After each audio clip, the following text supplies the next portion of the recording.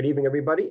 It is Thursday, December 16th, and this is the December public meeting of ANC 5D's Zoning and Development Committee. Welcome. Hope everyone is doing well and being safe. We don't, in tonight's meeting, so far we've got one item on the agenda for us to discuss. It is a proposed project. Permits have been, I'm not sure if the permits have been submitted, but some concept designs have been submitted to DCRA for a Marshall. How does DCRA describe those meetings? It's like oh, you're muted. The Pdrm, it's a pre-design meeting essentially, gotcha. with the reviewers, so that you can get a sense of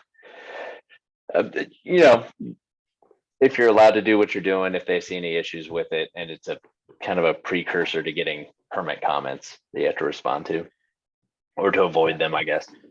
Yeah, my guess is it's more like, hey, review the envelope of the building before they submit a completely fleshed out construction drawing set. So anyway, the project, and what I might do is share my, should I share my screen?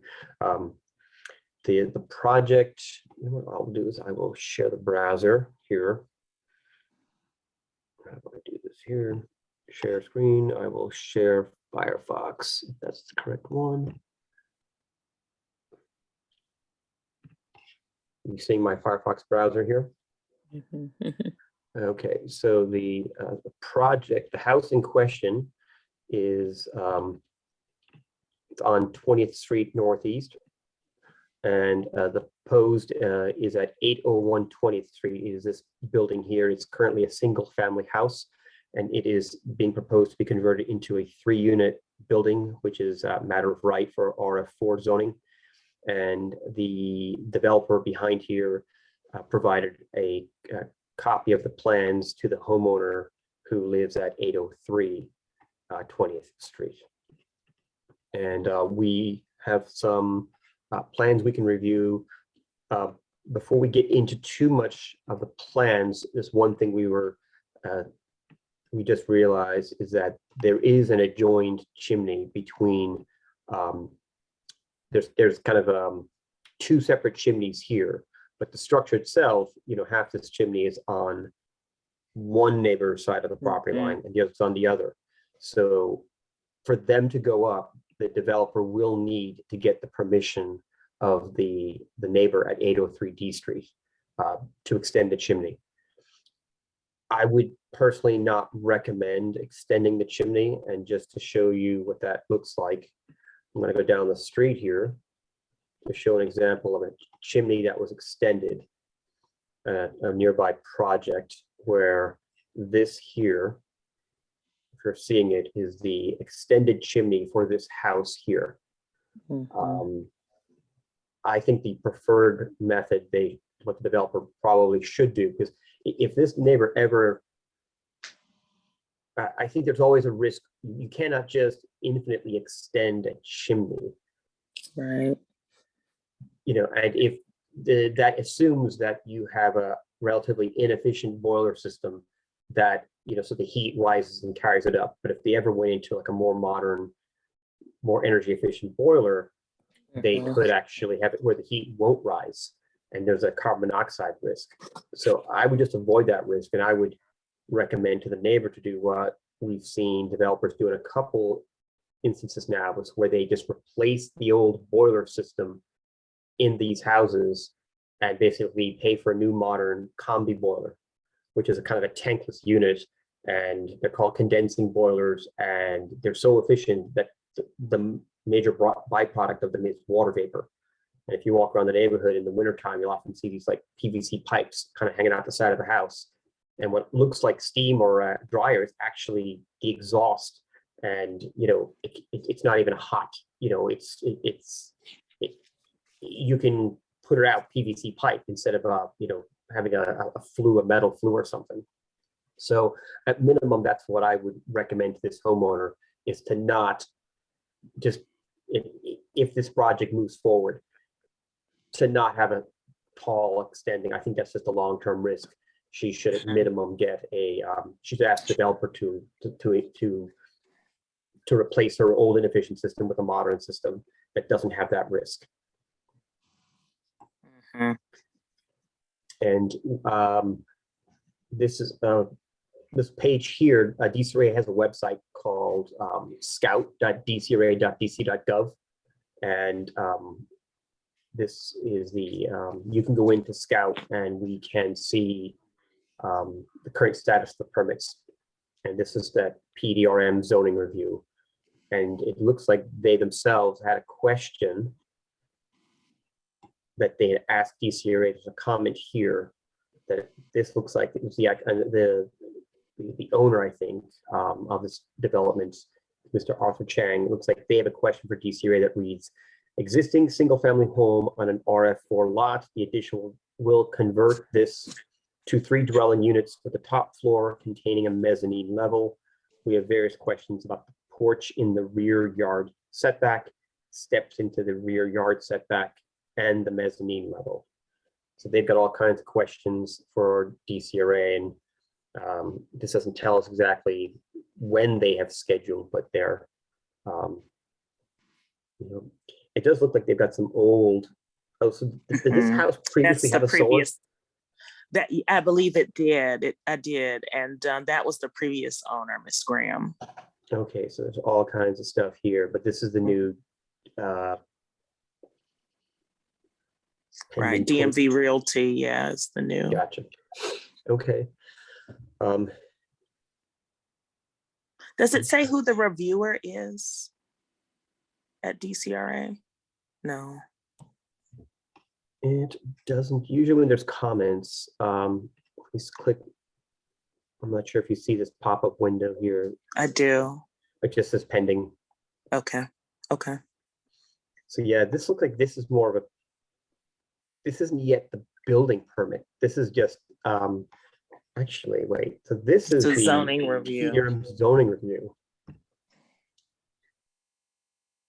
Existing being converted to 3-year rear yard addition and third floor will be added. And you can look at the construction status here for the permits. And it looks like they have submitted a construction drawing set to DCRA and it has been accepted. Marshall, do you get this? I know when you submit permits, there's a stage of the review where DCRA just looks at it and says, yes, all of the pages are here. Is that when they tell you this, or is this just say they've received it? Does this indicate anything about the status? I don't think so. And I don't know, I'm guessing here, what they may have done is opened up project docs so they can upload their drawings for the PDRM. So it may not be, but they assigned a permit number to it. So I assume they've submitted it, but yeah, that doesn't, I don't know that means anything other than they've uploaded documents to project docs. I think that's right from my experience. And Derek did ask, has put a question in the chat here that says, is there anything we can do about the loss of natural light for the senior neighbor? They're on the north side, and with a building 44-foot building next to them, they're not going to get any sun. Yeah, I would. Well, okay, let me share my screen again. I want to look at Firefox again. Are you stream my screen? Not yet. Oh, interesting. Right. Not yet. Just share the Firefox. How's that? Oh, you know what? I forgot to actually click the share button. See it now?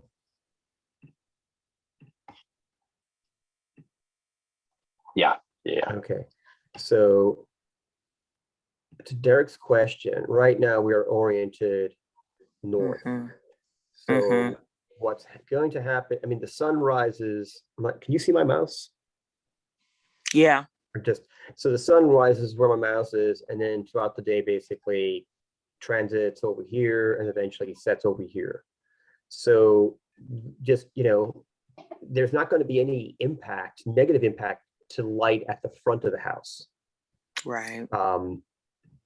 There obviously will be impact of light in the morning. The sun is, she's basically pointed due west. But pretty quickly, there'll be some shade here. We'd have to do a proper shade study, which shouldn't be that difficult.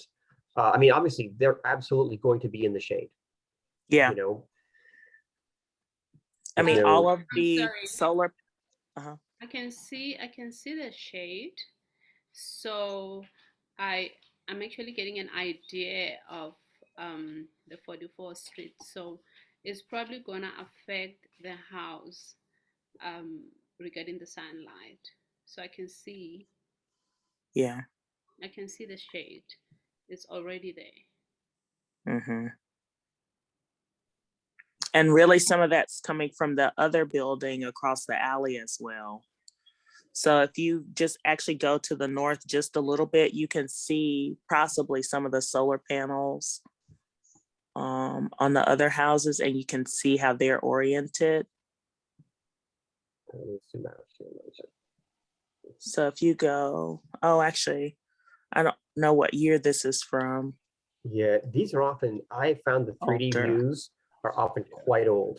Yeah, this one's okay. it's pretty old. Well, I can tell you, I'm on this block, and the panels are tilted up in exactly the direction toward H Street. Yeah. And that would make, that would make sense. Yeah. So this is the house here. I mean, there's definitely going to be an impact to light. I'm not sure. And obviously to the second story, but we'd also have to have a look at, what would the impact to the light anyway? There's, by a certain time of the day, once the sun passes here, well, they were already receiving indirect light, but it's definitely going to be very dark. Like they will definitely be in shadow, and if anyone wants to know, they probably just need to, stand right here. And I'm not sure what time. I mean, this house, this is basically what's going to happen to, Exactly. Yeah. So, I mean, there's no way to get bigger without that happening.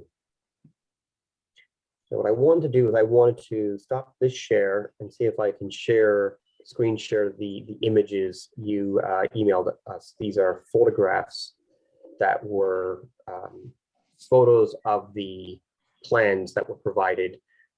We will reach out to the developer to see if we can get a proper electronic PDF so it'll be a little sharp and we can zoom in.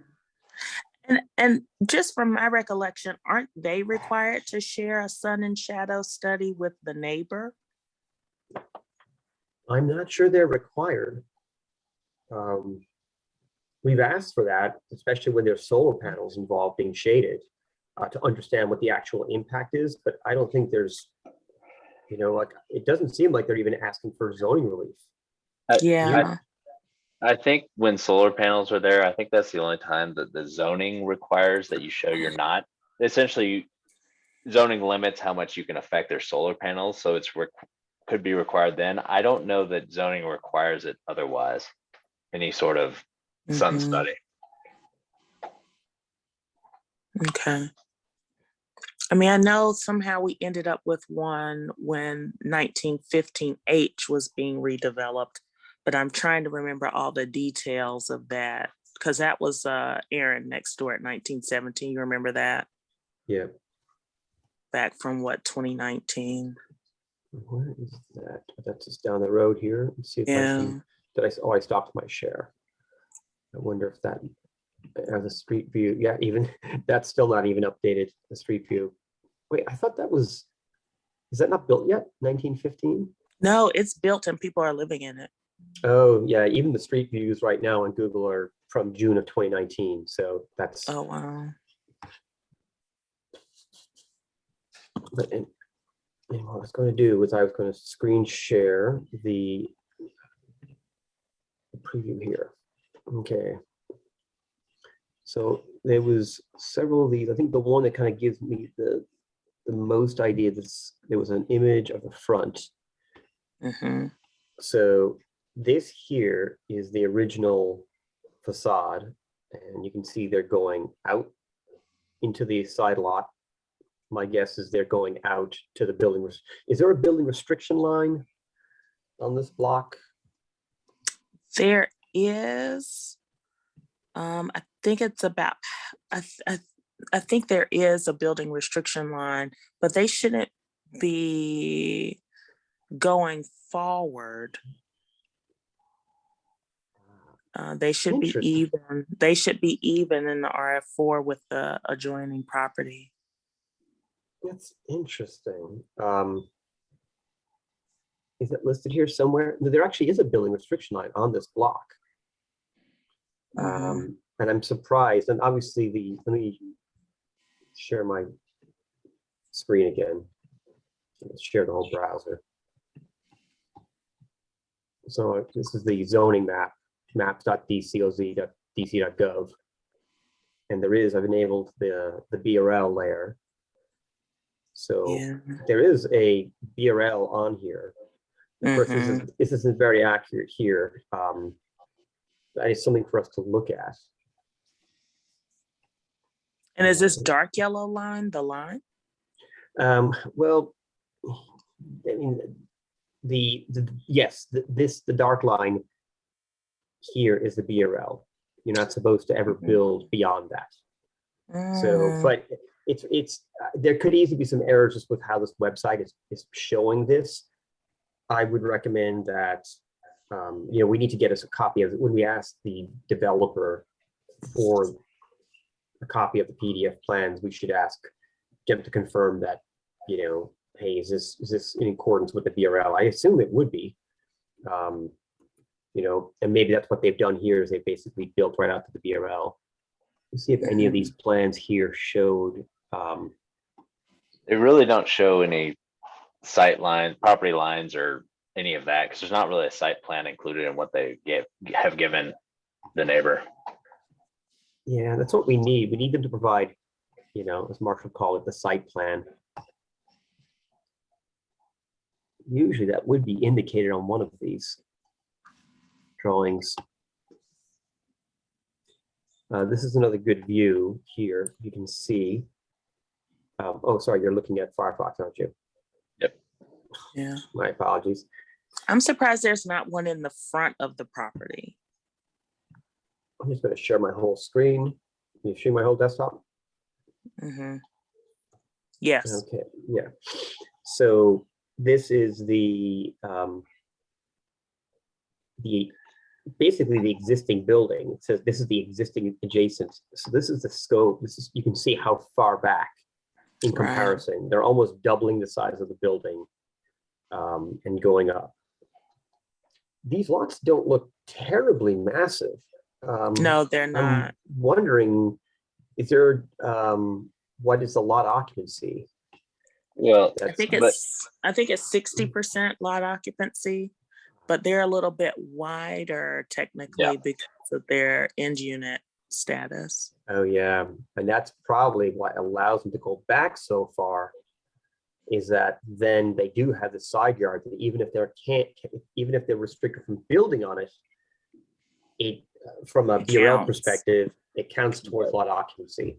Yeah. And I'm guessing if they were to give us the full, usually there's a cover sheet, a first sheet that they submit with the construction drawing, the permit plans, and that would usually on the first page tell you what percent lot occupancy. Mm-hmm. I will take a guess. This is 59.99%. I think you're right. This is a framing schedule. This was. This looks very similar to what we were getting under RA2 on a normal size lot. Yeah, and this is a view, this is a new view from the, and one thing that and this is the view from the side. So one thing to point for folks watching is they're moving, currently the front door is on 19th Street, as one might expect. Here, the architect has got a design where the front door is now moved to H Street. Mhm. So there's certainly a lot of windows. That is nice. Yeah.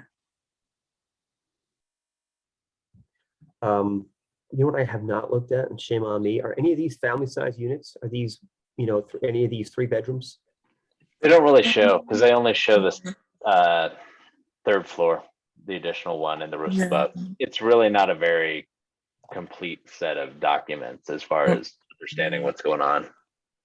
All right. So I'm taking some notes here. So questions that we need for the developer is provide PDF of plans, provide site plan. So we understand location of BRL. We need to ask if they've spoken to neighbor regarding chimney. Get name plans which clarify, which show unit type, Mhm. number of bedrooms. You know, it's one of these And- things. And these are, we're assuming that they're submitting by right. So really it's the neighbor asking for it, not us necessarily, because we're not. Mhm. That is true. Yeah, I mean, we Which can, I'm happy to coordinate. So if you want to send that my way. yeah. I'm just trying to understand. I mean, it really, due to the chimney, the neighbor actually in this instance does have, and it's not even a zoning issue. It's actually the chimneys are construction code. You know, zoning is, you know, it's about the city's philosophy, what types of buildings should be built. Mhm. Chimney is, that's like life safety. That's construction codes. That's about, okay, if you're going to build something, can you build it and people not get hurt?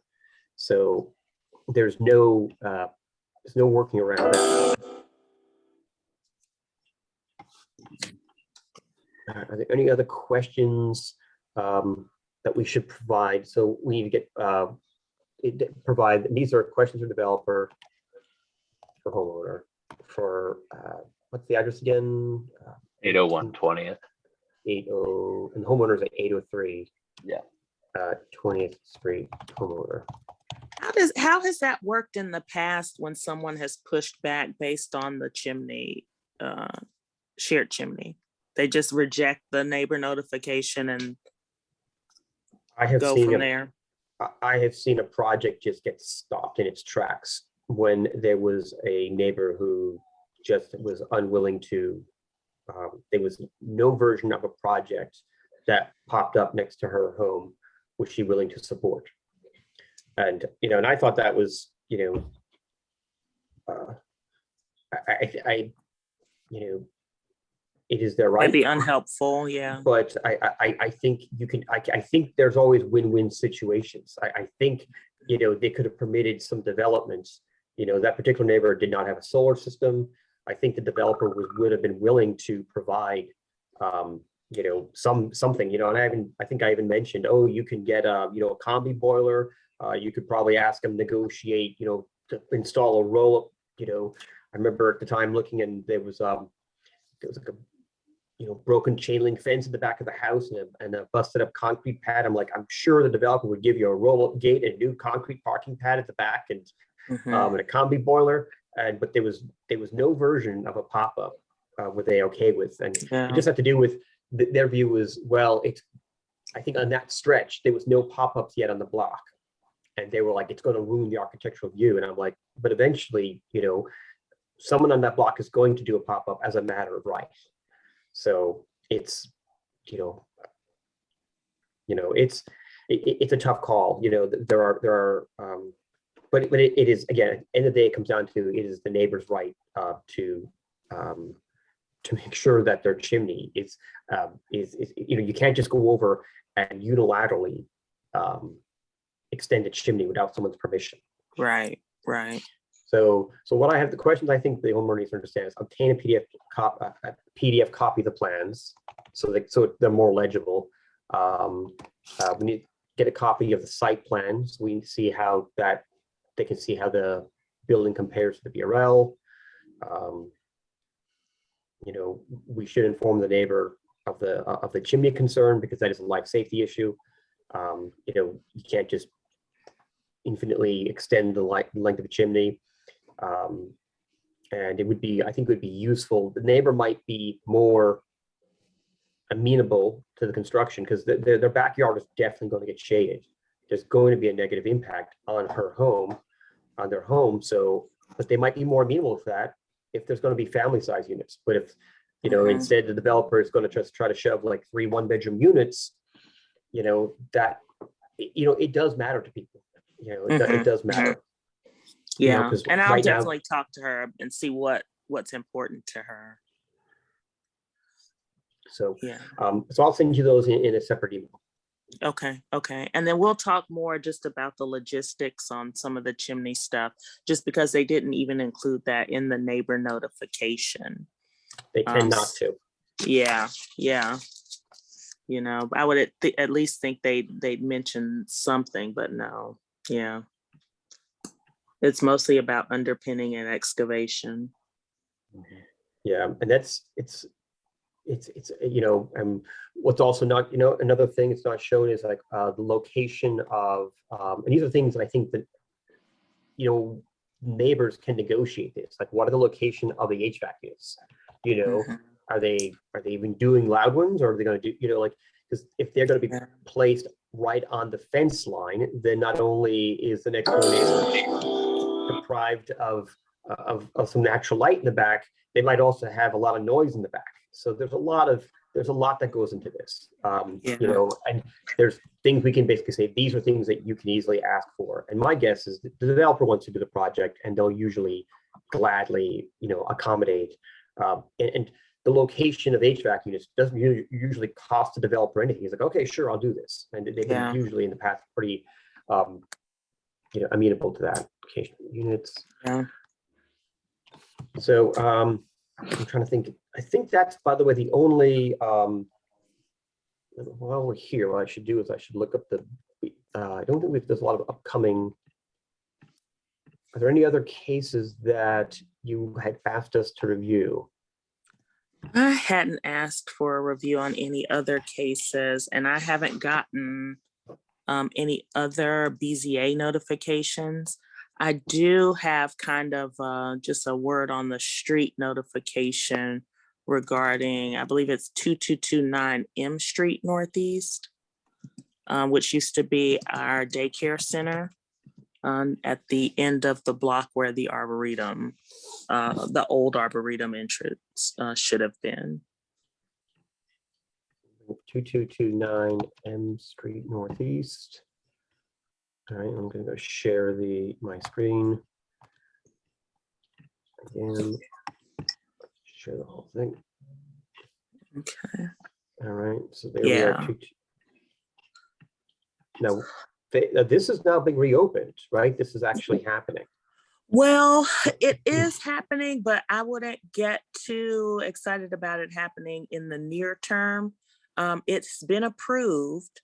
The Arboretum very much wants it. Now it's a matter of funding that Eleanor Holmes Norton's office has to work on, but we're still operating under CRs right now. So even once we're out of CR mode into a full budget, it's still going to be some time before that plan is activated. So you can see here, this triangle at the end of the block, everything past, you see the alley curves in the rear of 2229M. Yeah. Pretty much the curve of the alley is the property line. So where the edge of the alley is the property line for 2229M.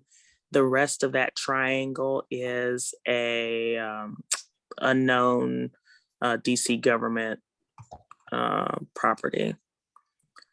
And basically the request is pending right now. I don't think has been filed yet for a PUD at that location to go from RA2 to RA3 plus enhancements. That's quite the large lot. Yeah, Just it's looking quite at it large. right here. Yeah. So that is coming up. That is coming up Yeah. soon. Yeah, the filing has not taken place yet, but it's coming up soon. I mean, and this land here is DC government, but I don't know. actually, it looks like it's federal land. Well, that was the argument back and forth. So apparently there's some land disputes between DC government and the federal government on properties. So I'm not exactly that's why I describe it in the unknown status so much, because I'm not 100% sure, and neither side has convinced me. The basic argument is who doesn't own it. So that's fun. That's for the lawyers to figure out. Yeah. But this project here, this land here, okay. We'll keep our. This is already a pretty substantial building, and Yeah. I'm just going to Google Street View here, and this. It's already a large. Actually, it's quite a large building, isn't it? Yeah, it's huge. Yeah. But they want And to do something more.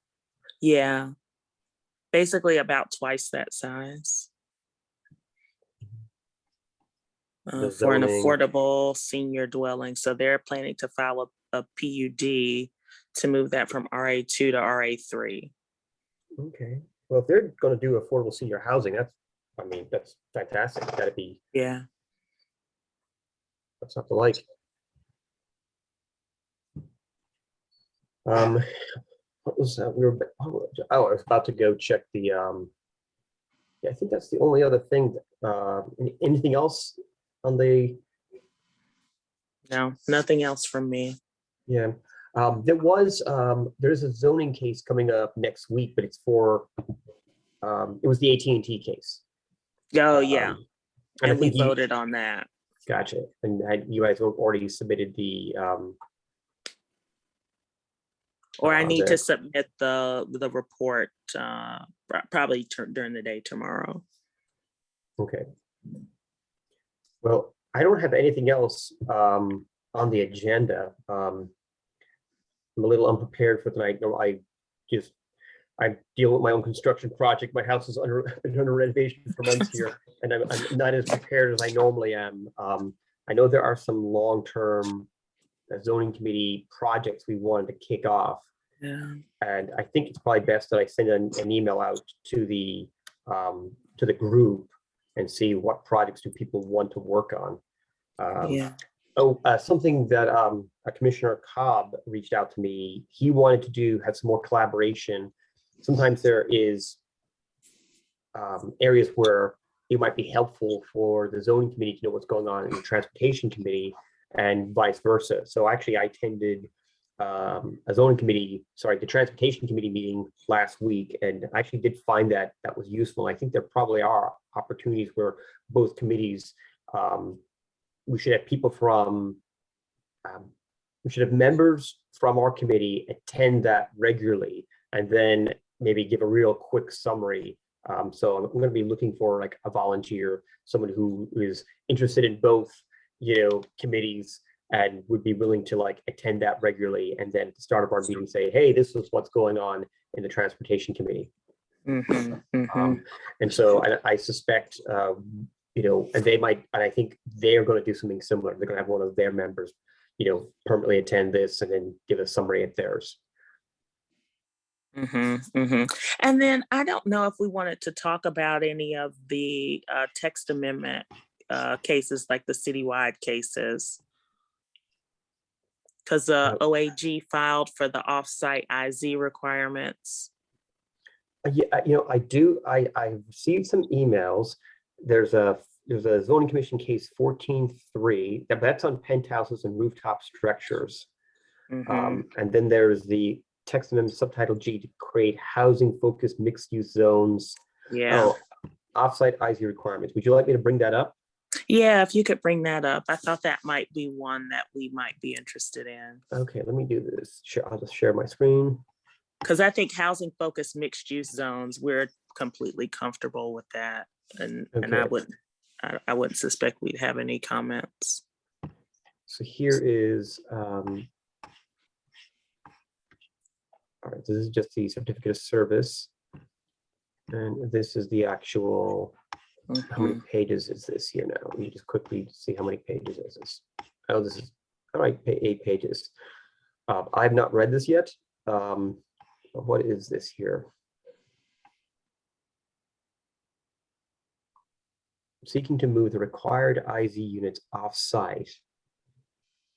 So I did not realize you could move. What is, do you know what that means? Moving IZ units off-site?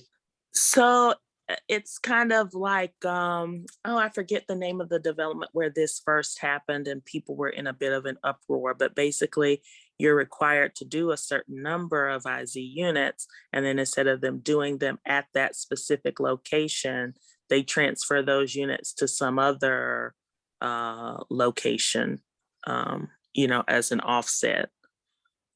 Interesting. I didn't even know you could do that. Yeah, I did not either. Now the question is, when is this case coming up, and when does the ANC need to? This is VC. What is the zoning commission case number? Actually, it's in the. Actually, might have been in the subject of the email.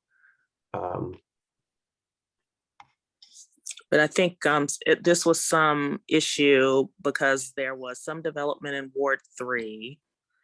And this Okay. is just based on news reports. I haven't gotten into the case file on this one at all. But there was some development in Ward 3, but then the IZ units went to like Ward 7 or 8. Interesting. So they were building lots of units in Ward 3, and then they were like, oh, we're just going to put meet the number requirement by basically another property they owned in a less expensive neighborhood. That is pretty document. That's why I thought I might have a comment, but I haven't had a chance to go in detail into this case. So I'm going to forward this to and Alexandra Kane usually is pretty good about forwarding this to me. I'm going to assume, I think they sent this to actually I think every single ANC commissioner should have received this in their or the chairperson. Oh, the chairperson received this. So I will, you can do it or I can do it right now.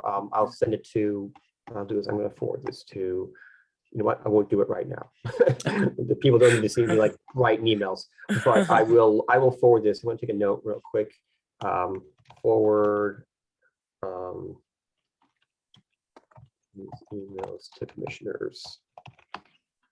There was another one I just noticed in the email Alexandra sent for subtitle G to create housing focused mixed use zones. And that is so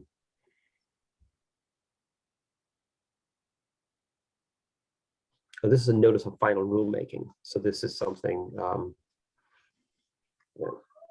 give me 2 seconds here. Hold on 1 second. I'm on the phone. Hold on. Let me see. How do I mute myself real quick? Yeah, and I know just for reference, I think that does apply to us because I know at least I have an MU7A because Heckinger Mall, Aldi, part of Maryland Avenue next to where Aldi is. It's MU7A. Sorry, my partner just walked in the door and I had the door open. I needed to ask her, close the door. The meeting is still ongoing. So I will forward this as well. This might be at the very end of its process though. Or is it just, is this just a set down, or is this the beginning or the end? I don't know. The set down was on May 14th.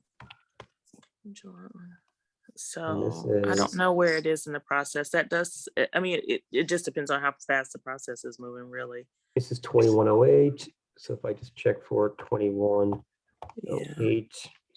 I can see if they've already had many hearings. Oh, So closed. this is approved. Okay, so that is So water under the bridge. there we have it. Yeah. And now there's another one here.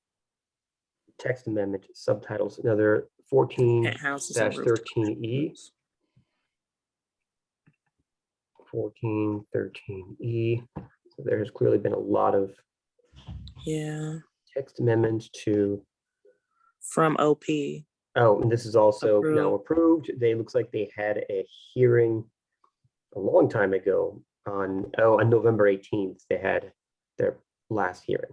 This is also approved. But I will forward those to the commissioner, and I'll put, because now it looks like the penthouse regulations have clearly changed. Yeah, that's what I was just going to point out. So then maybe we need to be up to date on penthouse regulations, especially since that's pertinent to this last case too at 801. Gotcha. Send out emails. Penthouse and rooftop.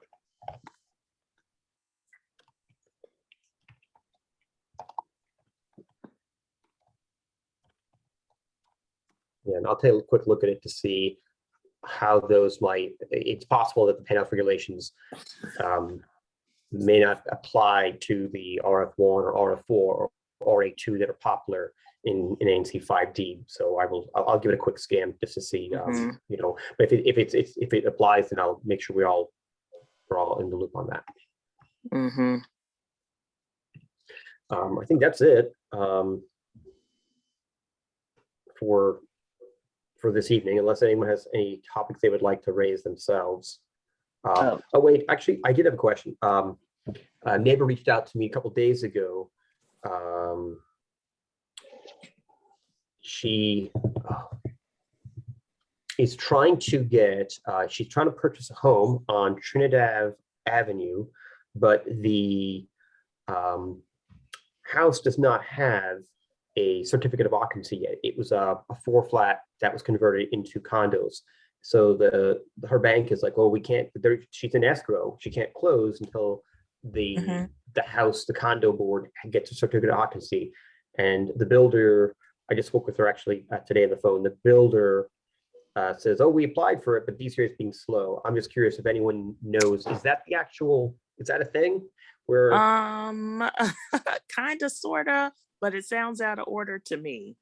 Yeah. And we've had a few cases like this on 19th Street lately. So they're supposed to provide some sort of surety after they complete construction in order to receive that certificate of occupancy, and meet whatever other requirements that they have to meet. There might be something else that I'm just not aware of before they start selling the units. But now that's happened before where they didn't provide the surety and they were still able to get the certificate of occupancy and move forward with the sale, only for people to find out that there were problems with the construction later and not have the ready fund available that they should have to fix those repairs.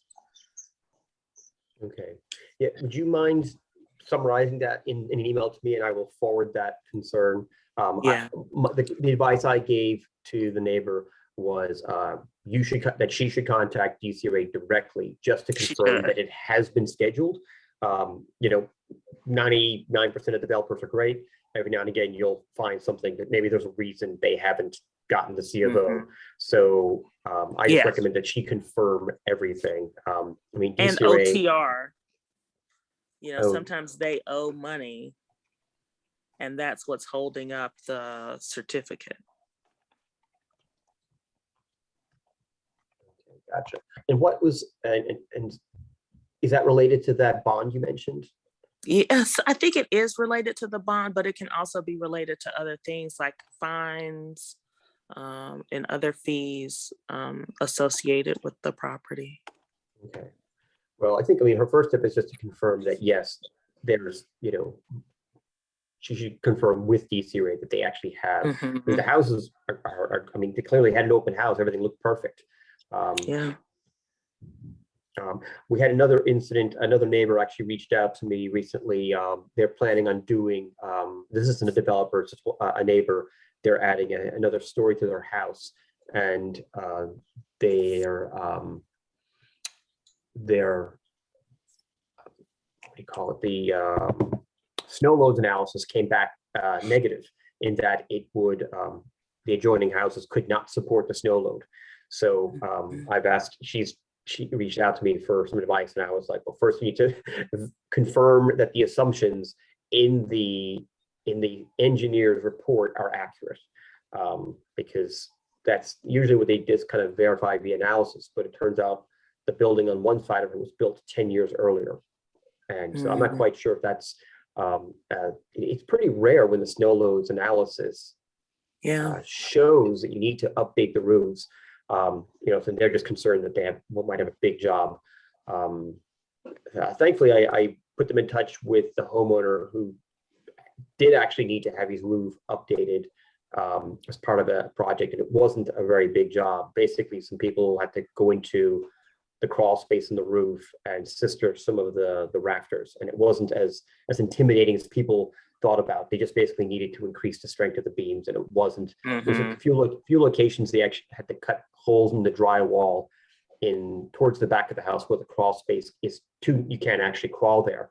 Yeah. So it wasn't terribly. I couldn't imagine it would have it cost the developer much to do that. So, but I'm walking through that process right now. Okay. That's interesting. I'd like to hear more about how that turns out, because I think we're having some issues with Sister Joyce's. Interesting. Oh, where that's not working. Well, where they didn't even do an analysis, and now it appears on the back end that there is an issue. So 1835, smacks us again. That's been going on since 2017. That's another one where that started, before my time, but it's still going on. And it's just, I've requested that BCIB condemn the building. Yeah, and if would you just for the folks watching from home, I will share my screen.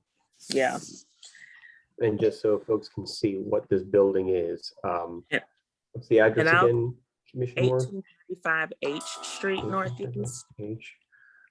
This is an example where actually the 1835 H Street Northeast. Come on. There it goes. This is an example where actually, if despite how old this is probably just the exact same but worse.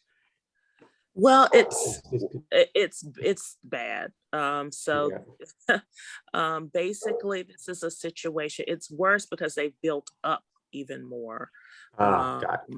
So, and they've caused damage to the adjoining property. So this raise was done illegally. So that's the first thing. I think there's a more recent street view though for this one. Maybe if you click in the. It's like the best I can do is June of 2019. Wow. Okay. But basically they've gone all the way up above the neighboring building. I mean, you can see the exposed beam here. And because it was demoed illegally, it wasn't handled properly at all. And so now the LLC that owned the property has had their license revoked, their basic business license. The permit was extended to a new entity with a similar name, but that entity is not actually a registered LLC to do business anywhere in the United States. So now we have a permit that's been issued to a business that does not exist. And the previous business that did own the property has had their license revoked. And this would be in the new RF4 zoning, correct? Well, it was grandfathered in under the RA2 zoning because remember, this building predates me. And so the new zoning didn't come in until I had been there for about a year in 2019. Yeah, I'm just curious. It was permitted back in 2017. Yeah, and I'm just thinking if this building was demoed Yeah. Oh, and if this is the building before it was demolished, or this is after they? I think that is. So if you go back to the aerial view, that is the Building before it was demolished, yeah. Mm-hmm. So the question is, if that site gets raised, could a future developer, would they have to apply? Could they use the old permits, or would they have to start from scratch? And then the new permits would have to comply with the current zoning regulations. Well, that's what I'm hoping for. I hope that by moving forward with having these permits revoked, that whoever comes in to actually purchase the property will have to reapply under the new RF4 zoning. Yeah, well, I'm going through that over here in Ivy City with a new owner of a building that they keep losing their license, and then they keep doing construction without putting a permit in. So DCRA have to keep coming and shutting them down. How can you do that? And we have folks living in that building. Let me see. Go ahead with what? I was going to say, what is the address, Commissioner? 1850 Kendall Street.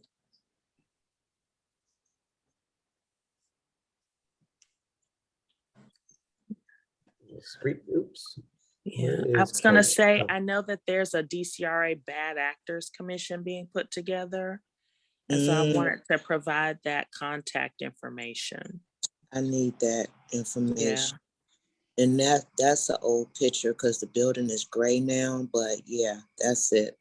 Mm-hmm. They did gate it in, but this is the second time in a matter of months, the owner, and it's a LLC, but the owner that we're talking to is not the owner. It's 1850 Kendall LLC or something like that. 1850 Kendall LLC. And they have other properties in DC. And I'm just wondering, do they have some kind of coalition going on where they are just picking up problem properties and putting the LLC on it and just? I mean, yes. I mean, that's really the answer. Yep. That a lot of developers use an LLC. It's just kind of a way to protect your personal assets from your business assets. Mm-hmm. But you do have a lot of LLCs that pop up with the address LLC, and it changes hands, or all of the documentation for a business license wasn't necessarily provided.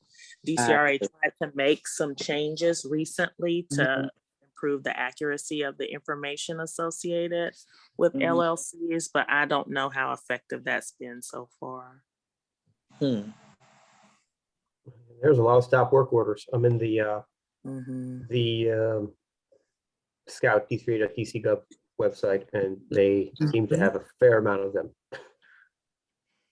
It looks like the most recent was from June and was removed. So I don't think they have or maybe no, the most recent. Actually, no, they have 3 stop work orders. They're still in effect. So I'm not sure what the details are. We can. And some of these are duplicates. So when it says address and parcel for the same date, it's a duplicate. Okay, I just got it. Understood. Well, Commissioner, if you want to email us and we can maybe dig into it a little bit more, try to find out what's going on. Is this causing? Is this negatively impacting the neighbors? Are they doing work outside of regular hours? It's not the work. They're not working outside of the hours. It's just there's still folks living in there, and the building needs to be done. It needs to be fixed. And with Oh. the stop work orders, it just makes it difficult. Oh, so these are neighbors living in the building who want the It's- building fixed, but they're not fixing it. Well, yeah, you could say that. It was supposed to have been ready for new tenants. And now that they have the stop work orders, no one has moved in as of yet. And we just still have a couple of old tenants in there who needs their units fixed. Okay. But they can't keep the permits in.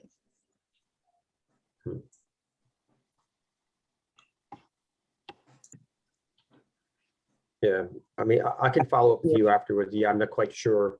I mean, we can't force someone to do work on their building. Now, if there's something wrong with if these tenants are living in buildings that aren't meeting standards, that's another process.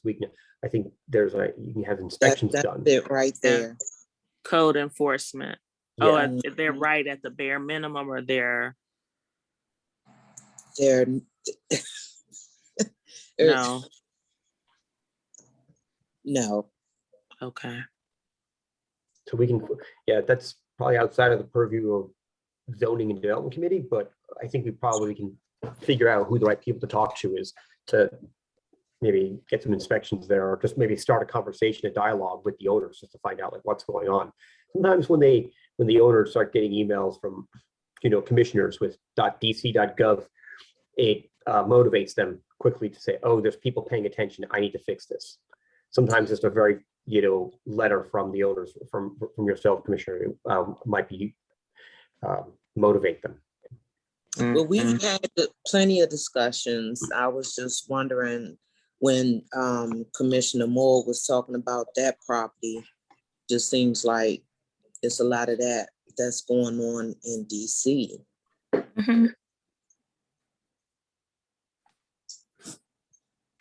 Yeah, there is quite a lot of that going on. I mean, it got to the point where people were, like I used to have one building that was owned by Dmitry Medvedev. And he was the owner of the particular, this address LLC. I highly doubt that the former president of Russia owns a townhouse on H Street. Yeah. Wow. I thought the Russians owned a hotel on Pennsylvania Ave. Never They mind. might. Um, But we'll Yeah, leave that. there's a building here in Ivy City that's owned by Deutsche Bank. And I saw that in the Scout website. There's no owner but Deutsche Bank. Yeah, there are a lot of those bank-owned properties. But I mean, Big Bird owns some properties. Mickey Mouse, ABC 123 LLC is a thing. I mean, it's ridiculous. Okay. so look, I before this meeting gets any more off the rails, Yeah. get myself into trouble with partisan statements, even though the ANC is like a nonpartisan, non-political organization. Very much so, yes. So I will. I think I'm going to call it night. It is now a little after 8:33. After 8:30. So I appreciate everyone's attendance, and I will send out some meeting minutes. I think one of the future meetings, I'd like to get a volunteer for one of the committee members to type minutes while so I'm not trying to do that at the same time as research stuff. But I'll send out minutes from tonight's meeting, and I will send out my to-do list. Here includes giving that to-do list for the developer of 803 Street. I'm going to forward the emails to the commissioners from the recent, and look into the recently approved zoning commission case on penthouses and rooftops, just to see what happened. Yeah. Well, everybody, All right. this is our last meeting of 2021, and so next time we'll be in January. Hope everyone has good, safe holidays and takes time to spend time with friends and family and loved ones, and be safe.